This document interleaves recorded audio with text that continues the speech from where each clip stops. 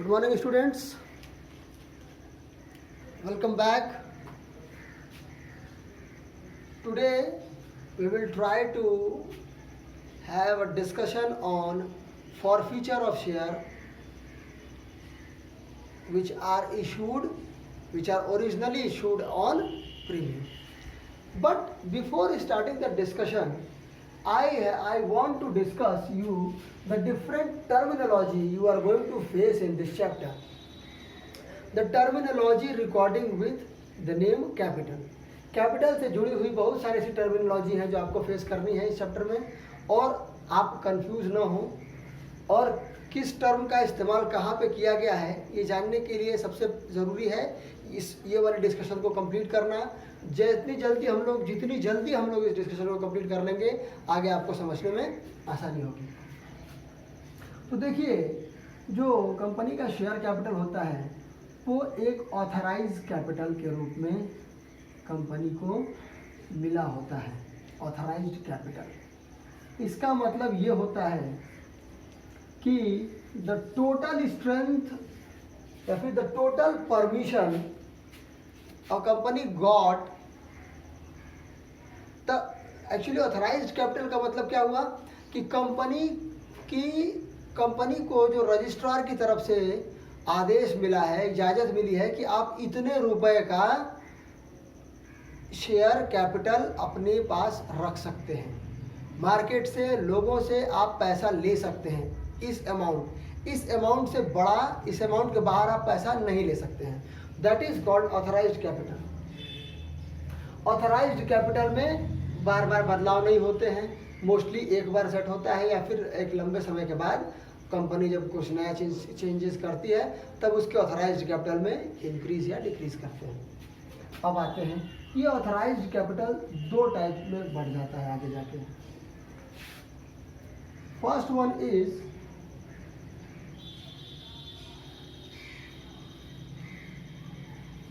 issued capital and the left one is unissued capital। ठीक है, authorised का कुछ पार्ट हम लोगों ने इशू किया है, कुछ पार्ट को कंपनी ने अपने पास अनइशूड रखा है फॉर फ्यूचर नीड्स।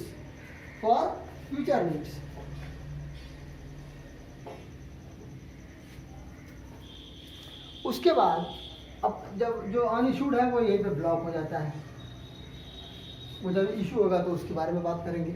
अभी इशूड कैपिटल, इसको फिर हम लोग दो प्रकार से बांट सकते हैं। फर्स्ट इज सब्सक्राइब्ड कैपिटल और अनदर इज अनसब्सक्राइब्ड कैपिटल। अगर कोई कैपिटल इशू किया गया है लेकिन पब्लिक ने उसके लिए डिमांड ही नहीं किया तो इट बिकम्स अनसब्सक्राइब्ड और ये फिर यहीं पर रुक जाएगा। जो सब्सक्राइब्ड कैपिटल है उसके साथ हम फिर आगे बढ़ेंगे। अब ये सब्सक्राइब्ड कैपिटल जो होता है उसको हम लोग फिर दो तरीके में बांट सकते हैं।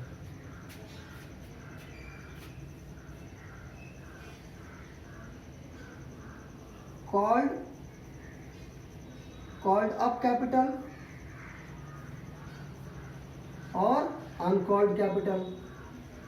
मतलब जिन इंस्टॉलमेंट की डिमांड अभी तक नहीं की गई है उनको हम लोग अनकॉल्ड में रखेंगे। आगे आने वाले सवालों में आपको ये पूछा जा सकता है कि 10 रुपये अगर किसी शेयर की फेस वैल्यू है, उस 10 रुपये में से अभी सिर्फ 8 रुपये कॉल कंपनी ने मांगे, 2 रुपये मांगे ही नहीं है, तो 8 रुपया कॉल्ड अप कैपिटल होगा और 2 रुपया अनकॉल्ड कैपिटल होगा। अब जो कैपिटल अनकॉल्ड है उसके बारे में अब हमें इसके आगे कुछ चर्चा करनी ही नहीं है। और तो फिर हम लोग कहाँ जाएंगे, कॉल्ड अप कैपिटल में फिर ये दो तरीके का बनेगा।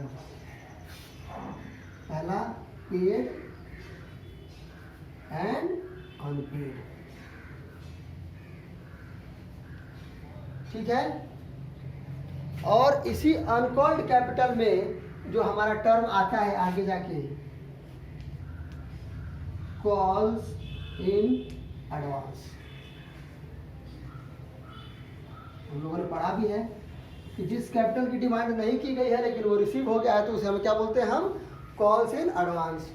तो ये देखिए आप, इशूड कैपिटल सब्सक्राइब में बढ़ गया, subscribed capital called up capital uncalled capital में बढ़ गया, और ये कॉल्ड अप कैपिटल में कितना जितना मांगा है उसमें से कितना मिल गया है, कितना नहीं मिला है।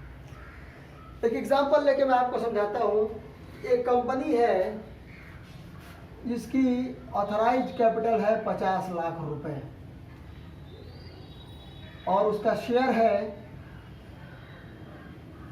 100 रुपए का, तो नंबर ऑफ शेयर्स कितना हुआ उसका ऑथराइज,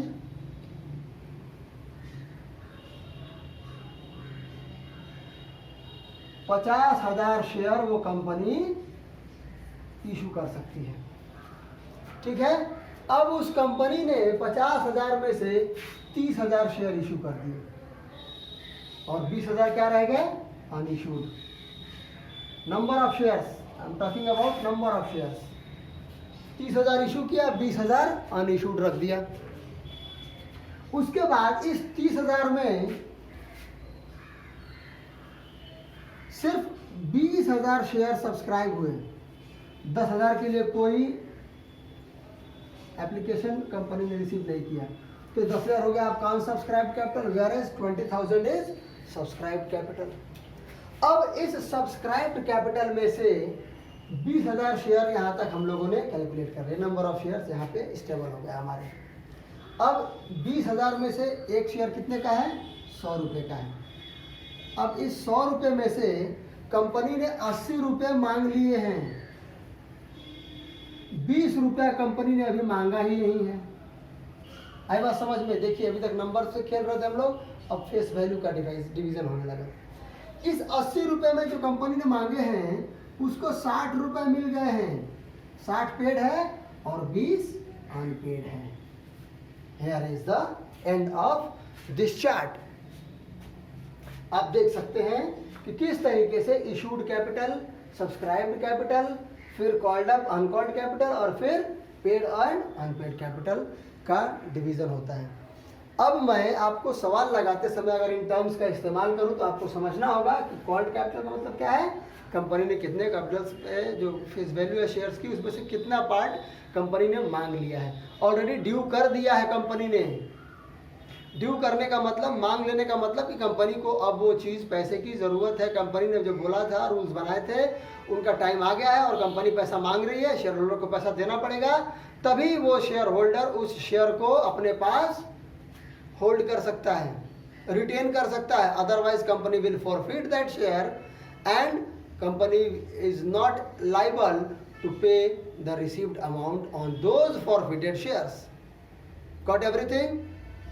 ओके, तो चलिए अब हम लोग एक प्रीमियम ऐसे फॉरफीचर देखते हैं जो प्रीमियम पर शेयर इशू हुए हैं उनके। So let's have a problem and solve it. तो अगर कंपनी ने शेयर को प्रीमियम पर इशू किया है तो हम लोग वहाँ पर एक अकाउंट ओपन करते हैं, हम लोगों ने देखा भी है। उस अकाउंट का नाम है सिक्योरिटी प्रीमियम अकाउंट, और इस अकाउंट की विशेषता क्या है? इस अकाउंट की विशेषता क्या है? ये कैपिटल के साथ क्रेडिट होके एक अकाउंट हमारा एक हमारे लिए एक तरीके का रिजर्व है जिसको हम लोग, तो इनका इस्तेमाल according to company act, according the companies act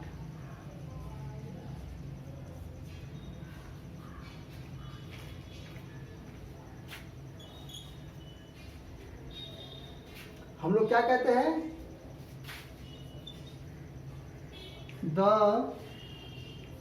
account can't be debited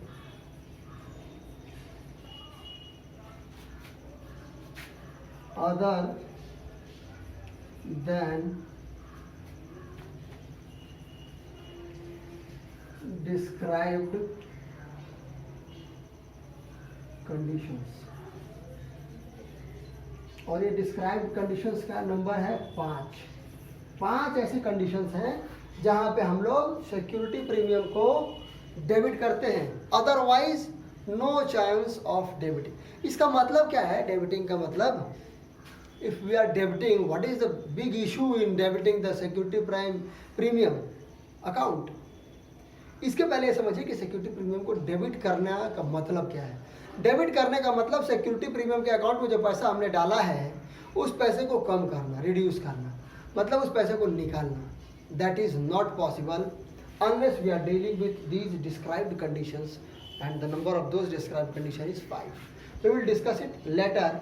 अभी ये टाइम उस डिस्कशन का नहीं है, समय समय पे हम लोग अभी इसकी ज़रूरत पड़ने वाली है आगे, जब हम लोग शेयर को री इशू करेंगे तो वहाँ पे देखेंगे हम लोग किस तरीके से उनका इस्तेमाल करना है। उतना ही पढ़ना है हमें, लेकिन लॉजिकली जानने के लिए हमारे लिए इतनी चीज़ें जाननी ज़रूरी थी कि हम लोग सिक्योरिटी प्रीमियम को डेबिट नहीं कर सकते। सिक्योरिटी प्रीमियम अकाउंट में एक बार जो पैसा चला गया उसको निकालना ऑलमोस्ट नामुमकिन है, अगर हम लोग छठे कंडीशंस की बात कर रहे हैं। 5 कंडीशंस में सिर्फ पॉसिबल है, other than these not possible.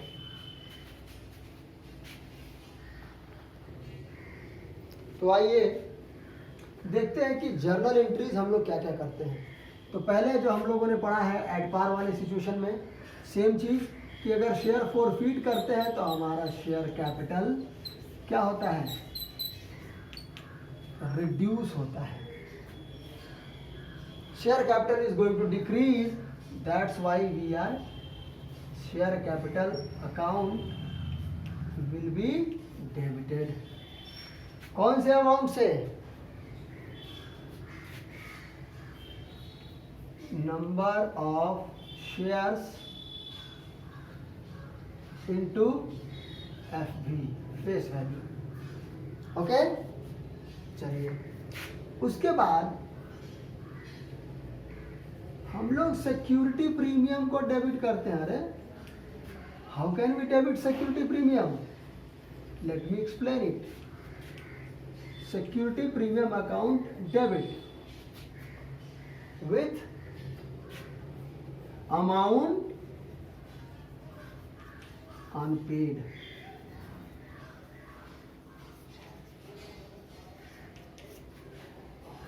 With amount unpaid, ऐसे अमाउंट से डेबिट करेंगे जो अमाउंट हमें रिसीव नहीं हुआ है। अब एक छोटी सी चीज यहाँ पे मैं कोशिश कर रहा हूँ कि मुझे सिक्योरिटी प्रीमियम का मान लीजिए ये अकाउंट है जो कि बिल्कुल पैसे से भरा हुआ है।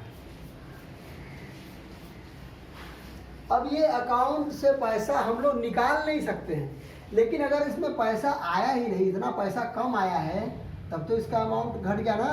सिक्योरिटी प्रीमियम में अगर इतना जो पैसा है, ये डॉटेड रीजन जो है, अगर ये नहीं रिसीव हुआ है तो इतना अमाउंट, मान लीजिए मेरे पास मुझे 10,000 रुपये सिक्योरिटी प्रीमियम के रिसीव करने थे, मुझे सिर्फ 9 ही हज़ार रिसीव हुए हैं, तो सिक्योरिटी प्रीमियम अकाउंट में मैं झूठ मूठ में तो मैं 10,000 नहीं दिखाऊंगा ना। लेकिन मैंने जब क्रिएट किया है, जब क्रेडिट किया होगा सिक्योरिटी प्रीमियम अकाउंट को, तो मैंने 10,000 से किया होगा। लेकिन अब 10,000 रुपये में से मुझे 1,000 रुपये रिसीव ही नहीं हुआ, तो मुझे वो अमाउंट तो कम करना ही पड़ेगा। ये वो अमाउंट नहीं है जो मैंने रिसीव कर लिया, ये वो अमाउंट है जो मैंने रिसीव नहीं किया है। इसीलिए यहाँ पे हम लोगों ने सिक्योरिटी प्रीमियम अकाउंट को क्या किया? डेबिट किया। ओके, उसके बाद हम लोग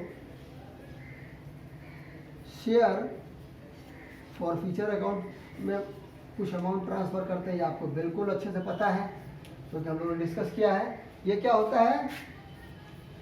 पेड अमाउंट। अभी हम लोगों ने देखा था पेड अमाउंट किसको बोलते हैं।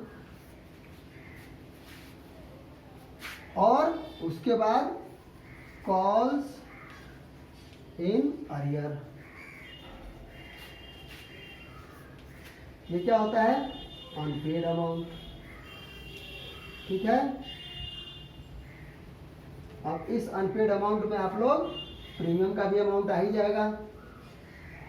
कहीं भी किसी प्रकार का कोई भी दुविधा अपने दिमाग में ना रखिए आप लोग।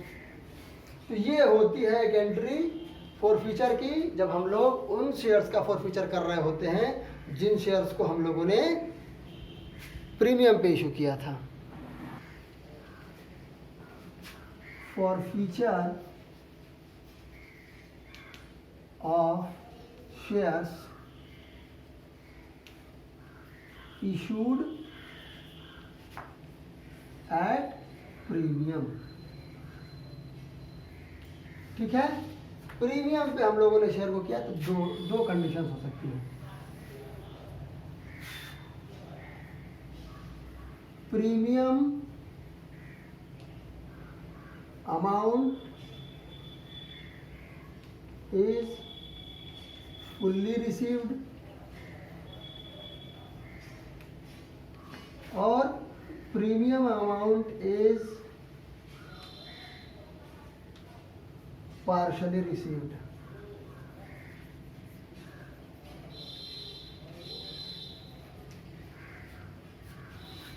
ठीक है, जब फुल्ली रिसीव है तो हमें कोई एंट्री करने की जरूरत नहीं है, लेकिन पार्शली है तो अनरिसीव्ड जो पार्ट है उसको हमको डेबिट करना होगा।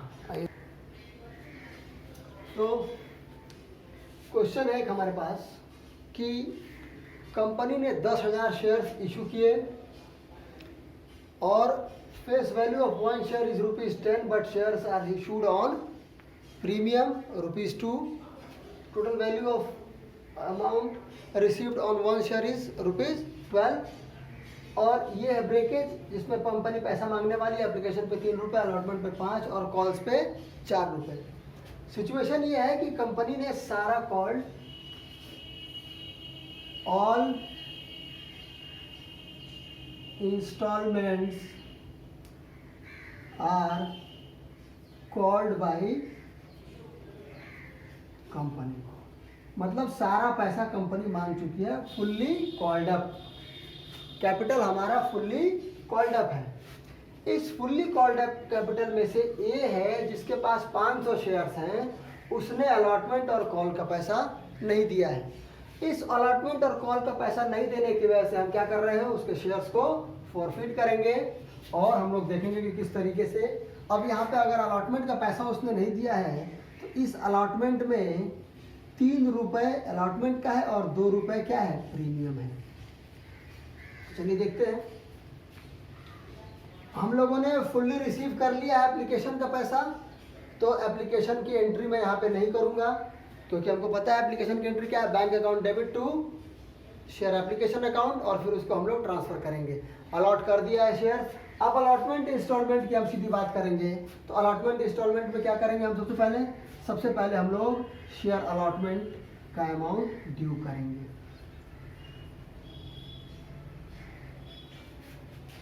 Account debit to share capital and to security premium reserve account. Allotment में ₹5 मिलने वाला है, टोटल शेयर है 10,000, तो ₹5 का मतलब ₹50,000 हमें अलॉटमेंट में मिलने वाला है। कैपिटल में कितने जाने वाले हैं, 30,000 और प्रीमियम पे 20,000। ये हो गई हमारी अलॉटमेंट ड्यू की एंट्री। यहाँ पर कोई दिक्कत नहीं थी, लेकिन जब पैसा रिसीव किया तो हमें 500 शेयर्स का पैसा कम मिला। Bank account debited to share capital account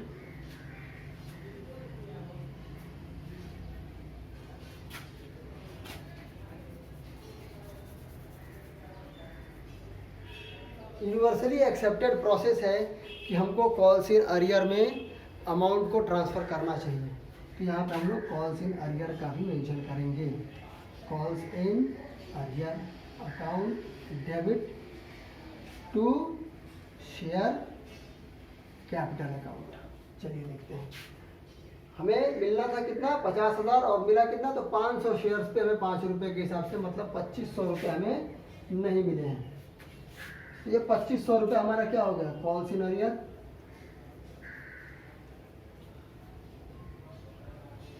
बाकी ₹27,500 हमें मिल गया और ये हो गया हमारा शेयर कैपिटल 50,000 से। तो ये शेयर कैपिटल नहीं, शेयर अलॉटमेंट होता है, शेयर अलॉटमेंट। ओके, अब चलते हैं हम लोग कॉल्स की तरफ। तो कॉल्स में क्या है, कॉल्स का अमाउंट पहले ड्यू करेंगे हम लोग, share call account debit to share capital account. कितना है, 10,000 शेयर, 4 रुपये पर शेयर, मतलब 40,000 रुपये।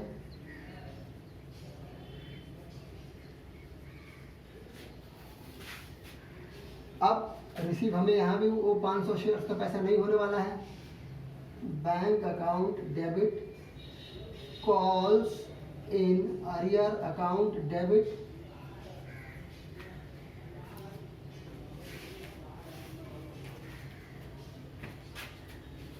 To share call account. कितना, 500 शेयर पे 4 रुपए के हिसाब से हमें नहीं मिला, मतलब 2,000 रुपये हमें कॉल इन अरियर हो गया। मतलब हमें कुल कितना रुपए मिलेगा, 38,000 रुपये हमें सिर्फ रिसीव होगा। और ये हमने क्लोज किया कॉल्स अकाउंट।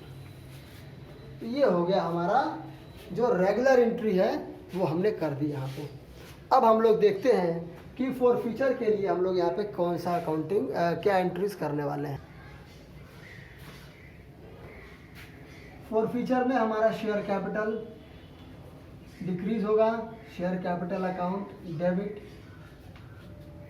प्रीमियम हम लोग कभी नहीं करते क्रेडिट डेबिट, लेकिन यहाँ पे डेबिट करेंगे क्योंकि हमें प्रीमियम का अमाउंट रिसीव नहीं हुआ है।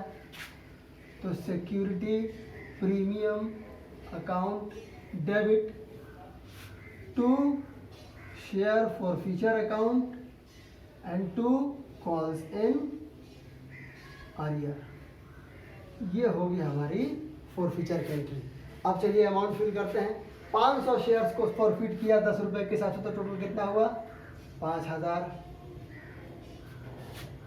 एक शेयर पे हमें कितना रुपया लेना था, 2 रुपया प्रीमियम का लेना था, मतलब प्रीमियम हमें आने वाला था 1,000। टोटल 6,000 का हमें लॉस हो रहा है यहाँ पे। शेयर फॉर फ्यूचर अकाउंट में क्या करेंगे, पेड अमाउंट। पेड अमाउंट का मतलब कि इस 500 शेयर्स पे हमें कितना पेड अमाउंट कैसे निकालेंगे, 500 शेयर्स पे हमें क्या क्या मिल गया है, सिर्फ एप्लीकेशन अमाउंट मिला है, बाकी ये दोनों तो मिला नहीं है, 5 और 4। तो 3 रुपये मिले, मतलब 1,500 रुपये हमारा शेयर फॉर फ्यूचर अकाउंट में चला गया। और कॉल इन अरियर कितना है हमारा, 2,500 और 2,000, 4,500। ये हो गई हमारी एंट्री कंप्लीट।